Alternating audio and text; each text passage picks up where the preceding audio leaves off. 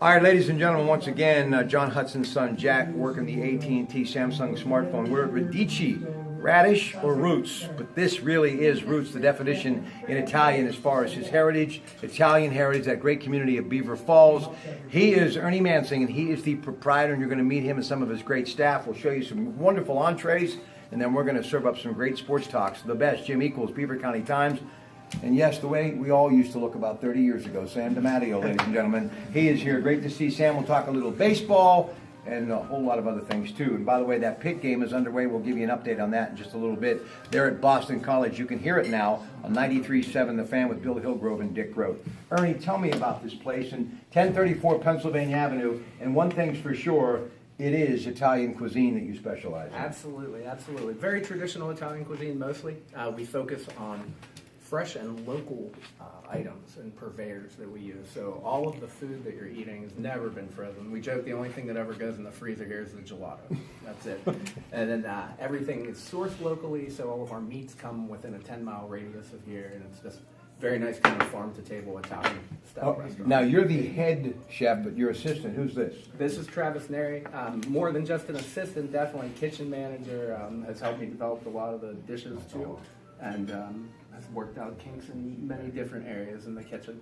So I appreciate that. This is Valerie Boyce, my girlfriend, but also an absolutely instrumental part of the team with a bunch of different stuff from the social media side and helping out here and everything.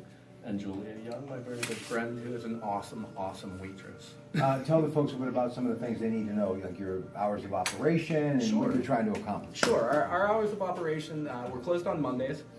We're open from noon until 8 Tuesday through Saturday, and we're open from noon until 6 on Sundays. And basically, the aim of this place, really what I wanted to do was kind of present people with an Italian food option that they're not getting at any other restaurant around here. These types of restaurants where you see extremely local, extremely fresh foods are in bigger cities all over the place. It's something that people really want, and people were not able to get that around here, hopefully, until now.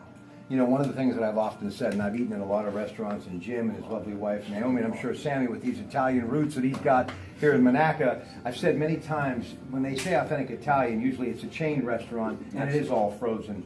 And this is really the way restaurants were meant to be, especially when you go back 30, 40, 50 years, immigrants who came to this country and brought those old world recipes and created dishes like this and make them from scratch every day. That's why it's a unique experience. Radici, the roots of Italian heritage are in this man, and obviously he's putting it on the plate every day, and we hope you'll stop by. Thank you. Thank you very much, Rob. It was a pleasure. Hey, it's always nice to spend a little time with those folks in Monaca. Now, what we're going to do, we're going to kind of break some bread and talk a little sports, and a lot to get to, and we're going to begin by Sidney Crosby. He got his, 998th point last night in a 3-2 overtime loss to Calgary. And he gets an opportunity to hopefully get 1,000 points and get over that hump when they take on Colorado tomorrow. And he'll be the 86th NHL player to accomplish that feat. Two-time MVP winner, obviously Stanley Cup victories, and he's only 29 years of age. So Jim Equals, I think there's a very good chance Sidney Crosby will be getting 1,000 points very soon. Yeah, I think so. Obviously last night, a little off game for him against Calgary. The turnover led to a goal, very un-Sid-like, but I think he's going to get back on track. And obviously, I think it's a shame he can't do it at home, but I think tomorrow night will be the night he gets that. All right, Sam, I know you're a baseball guy, but you talk a little bit of hockey right now. One of the things about Sidney Crosby, and you see the same thing in baseball, a lot of these guys matriculate to the minor leagues out of high school, 18 years of age. But these hockey guys are a whole lot younger than that. Many of them are in their juniors when they're 14, 15 years of age. And you made the sacrifice being a professional baseball player. I don't think people realize how much work goes into all this, right? Yeah, a lot. And what I think is most impressive is like when you're saying they're that young, and like Sidney Crosby, when he was that young, he's playing against guys that are much older and have the experience to be able to even compete at that level where you're that far down and you compete against guys that high up. That's almost like a Bryce Harper too. That young and still to be able to compete at that level. That's what's impressive. When you think of Bryce Harper and you think of Mike Trout, I always throw it back to Mickey Mantle. Somebody who came literally from high school and replaced Joe DiMaggio in center field for the New York Yankees. But to be able to start that young at the major league level and be productive, like the men that I just mentioned, of Bryce Harper and Mike Trout, who are now seasoned veterans, that just doesn't happen that often, does it, Jim? No, it doesn't. It's really amazing. I mean, you think about just the pressure you've got to be under being with going to that locker room situation, facing the pitches you're going to face. You've got to be tremendously mature to be able to do that at that young age. Mentally. Mentally prepared for that, because I can't imagine. When I think back when I was 18, I'm sure we all think about that. We weren't really working with the adults, and so it's very similar. A player like Bryce Harper coming in at 18 years old. He's thrown in with the adults, and he's got to live in that world. And You gotta love it. You gotta love yeah. it. Listen, we're gonna spend a little time with baseball and what you're doing, which is really paying it forward. And we're gonna let you go over there and eat your food and relax a little bit. And Jim and I'll kind of take it the rest of the way. Let's talk about Andrew McCutcheon going to right field. The significance of what that means as a ball player and as a guy who's covered sports. And we're going back to when Clemente was playing right field. You think that's actually going to prolong his career, not in the majors, but as a Pirate, going to right field? I think so. I mean, obviously, it's no secret the Pirates shopped him in the offseason. But I think he's moving there willingly. I think there was a lot of talk in the offseason after all the trade rumors and whether he would want to move to right field. I get the impression he's doing it willingly now. I think he's really seeing what the market showed for him out there. Maybe it opened his eyes, and I like the fact that he's going over there. And I do think that it really plays in the Pirates' favor that he may stay longer. Center field to right field. Is there a lot less wear and tear when you have to cover real estate in center field as opposed to right field? I would honestly say minimal. Really? Yeah. I feel like as if from left center to right in the major leagues, they use the whole field so well. I don't think that's at that level you can like hide someone. You know what I mean? Right. So, What do you think their thought process is behind it, then?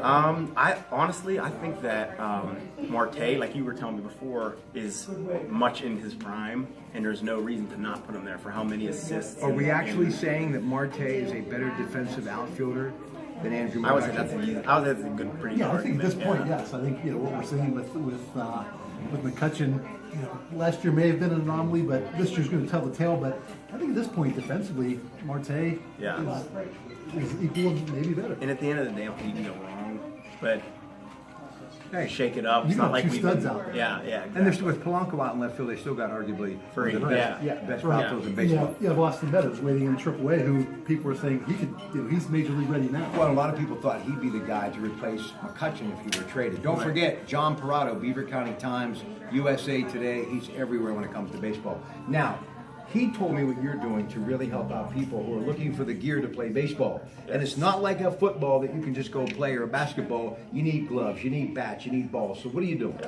So I teach out of a place in New Brighton. It's a sports facility, and Tell them about it. it's called Sports Zone. And what we do out of there is we have like travel teams and things like that. They've been there for a while, and what we get in there is, I mean, if you do the AAU teams or the travel teams or the less, it's expensive. So at the end of the day, we get kids that come in and you don't see them again, or we'll get, or the parents will tell you their situation and they're struggling with money and things like that. We get stuff like that here. And if you're from Beaver County, it's no secret that this area, there's areas around here, towns that need the help with that stuff. So I see it a lot. I get it a lot, and I kind of started looking into it to raise the money for it. And what I did was I created a GoFundMe website. Great. And it kind of took off. I just have a lot of ex-teammates and coaches and especially just playing sports around here and close family members and friends of family where I would say it took off faster than I thought it would. So it does well, yeah, and I help people all around Beaver County. I've traveled for it. I might be going to Tennessee soon because my friend does what I do. He teaches baseball and they have kids there, a kid or two. He said, come down, we have this kid. And rather than just give him the money, I said, I'll just fly down and go do it. So I travel a little bit for it too, so it's doing well. It's doing well, but it runs off of donations like anything. Have to make money for it. So They can find him on Facebook. You can hook up with him, and you can make a difference in some young athlete's Yes, life definitely. by his GoFundMe page. that's good stuff. That's good stuff. Yes. Thank you guys. Thank you guys. Thank you guys. All right. Now, Thank you. Jim Equals, slide on over here, and we're going to talk some other things and wrap it up here. Pitt at Boston College, that game is underway. What was the last score you Pitt saw? was up by 9 with about 11 minutes left. Okay, and Jamal Ard is 6'7" guard. He's been 20 points per game. Sheldon Jeter from Beaver Falls, 8 rebounds a game. So the guy is still there. He's still a factor. But when you think of Sheldon Jeter, Did you think he'd be in this position in college at this stage of the game, or do you think fate would have maybe shined on him a little brighter? You know, there were times last year with Coach Dixon where he really, showed signs of greatness. And, I think, for reasons, who knows why, Coach Dixon really pulled him out, or just, he didn't do it consistently. I thought maybe with the coaching change and the coach being familiar with him, maybe we would see more offense out of him this year, maybe, again, we just seen hit or miss with him. So, his freshman year at Vanderbilt, he started right away in the SEC. I think he averaged close to double digits as a freshman in that league. So I was really expecting great things, but he transferred, came to Pitt, and it's been hit or miss for him. But I think he's done pretty well. But yeah, I would have expected maybe a little more. All right, here's a freshman who's doing pretty well, Lamar Stevens. 16 of his 25 points in the second half. Penn State defeated number 21 Maryland 70-64 at the Bryce Jordan Center. Patrick Chambers, the head coach of the Nittany Lions, says we put the ball inside him and made good decisions. That's a good sign for the future for Penn State. It really is. When you look at Penn State, again, playing in the Big Ten, and when you look at some of their games this year, Indiana, one of the great programs. Last week Penn State takes them to triple overtime before losing. They played Michigan State, lost by 3. Michigan lost by 3. Ohio State. So they played a lot of teams close. So I think Penn State really benefits from playing in the Big Ten.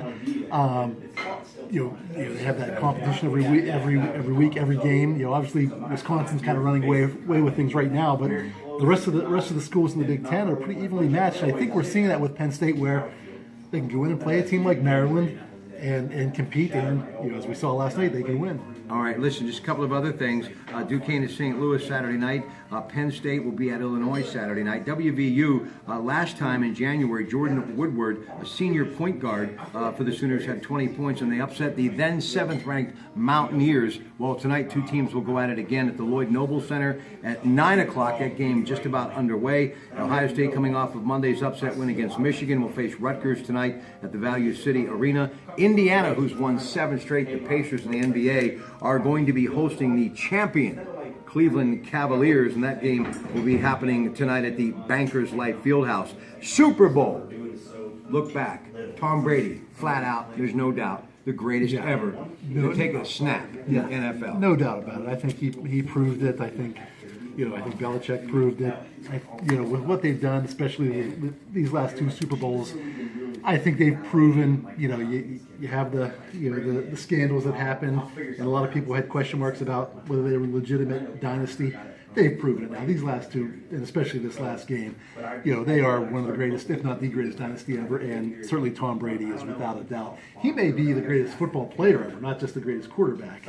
Obviously, I'm not old enough to have seen, Jim Brown or some of those players, but for somebody who's, you got a guy like Tom Brady who's got the ball in his hand every single play and to do what he's done, he may be the greatest player. Here's the question: is he the greatest? We'll end on this note. Greatest clutch player, even bigger and better than Michael Jordan?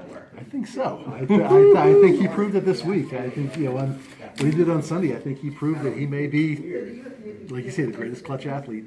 I'll tell you, one of the greatest landscapes ever for a track of golf. Pebble Beach AT&T Pro-Am tees off tomorrow morning. And don't forget to tune into the Golf Channel. Mr. Equals and I will be somewhere soon. Have yourself a great rest of the night. And remember, authentic old world recipes, Italian food from scratch daily. It's Radici, Pennsylvania Avenue, Monaco. Ciao.